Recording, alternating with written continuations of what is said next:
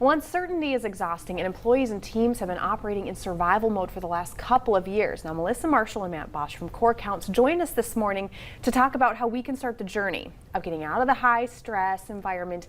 Now, welcome to the show. I'm very excited about this topic because I think employers across America, especially here in the Fargo-Moorhead community, are dealing with this right now. We've had mass resignations across the U.S. and people are leaving and upgrading, and so I understand that you guys are kind of on a mission to building better teams in the Red River Valley. Can you tell me about that? Absolutely. You know, you nailed it. Now more than ever, we have been in survival mode, and it's time to start making this transition to thriving. And so we really are on a quest to help understand where people are feeling and how they are, where their well-being is throughout the Fargo-Moorhead community and throughout the Red River Valley as a whole. So what kind of services do you offer that helps people achieve a better balance that way? Sure, our company is really designed to help companies understand who they are. We call it a process of decide, measure, train, and grow. So that first step is really understanding as a company, like what is our mission? Like why do we exist? And how can we inspire our people to follow this mission with us and act on the core values and a set of behaviors and beliefs that really, again, inspires the people in the company to produce the results you're wanting and not just let what you want to produce drive your culture. There's a huge difference in that. And it may be just me, you can tell me, but it seems to me like a lot of companies, especially pre-pandemic, were kind of operating on autopilot, like, well, this is the way we've always done it, so we're just going to keep doing it, you know, don't fix it if it's not broke. And it seems like now things are turning a corner where companies are realizing, like, I really need to offer more than just I'm paying you. So what do you think about that? 100%. I think the traditional model was really like employees show up and how employers show their appreciation is through a paycheck. And that's just not the reality of the situation. It probably never was, but now more than ever, it is not. And in fact, there's new research that says for the first time in a decade, employee engagement has dipped by 2%. So it went from 36% engagement to 34% engagement. And at the beginning of 2021, we were still on par with increasing engagement, and it was towards that tail end of 2021 where things dipped off.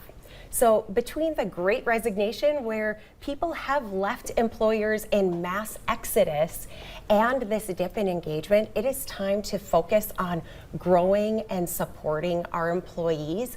And at Core Counts, we really help people with that because it's hard to know where to start. And if you don't know where you're starting, how the heck can you know where you're going? And it seems to me like during the pandemic, a lot of people reshuffled their priorities. So now how do employers meet that new set of priorities and new set of values?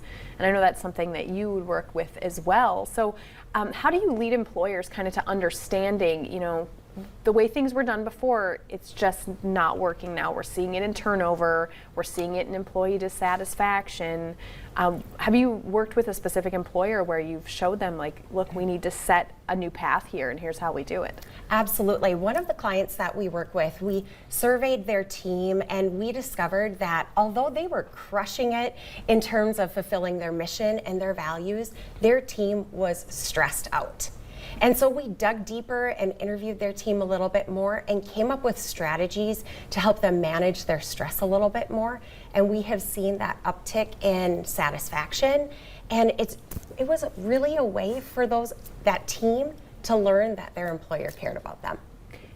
And it seems to me like sometimes employers aren't always aware quite that their team is struggling or that they're having issues. Matt, how can employers be aware of this, and what are some signs? What should people be looking for to realize maybe my way of managing is not working and I need to ask for help? We call that being oblivious to the obvious. And it happens all the time. You know, as you're so close to it and you, like you said earlier, you've done it this way forever and it's worked, well, people start getting burnt out and leaving the organization, and half of the employees are now looking for new work. And it isn't just because of pay, but when they are leaving, stats show they are getting more pay as well. So they're finding a company that fits them better, and they're getting paid more to do that.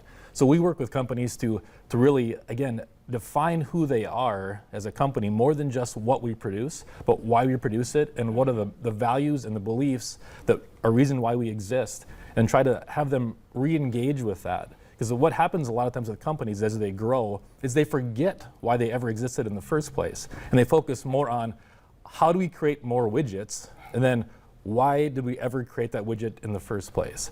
So when people are just pushed to go create more, that isn't inspiring to us. Like, helping humanity inspires us. And every job can really do that if you refocus on that. So we try to help employers re-engage with what that really was in the first place. So if we have somebody out there that's watching this and they're thinking, I really do need help, I need somebody to kind of walk me through this process, where can they go to get that information? You know, you can check us out on our website at www.corecounts.com. You can reach out to us on Facebook. We really invite you to join the conversation. And if you're looking for ways on how you can grow and engage your team, we'd love to help you. Oh, that's fantastic. Matt and Melissa, thank you so much for joining us. I think this has been a really, really clarifying talk. I hope some people out there were helped by it. So coming up on today's show, how you can help local children with diabetes on this upcoming Giving Hearts Day.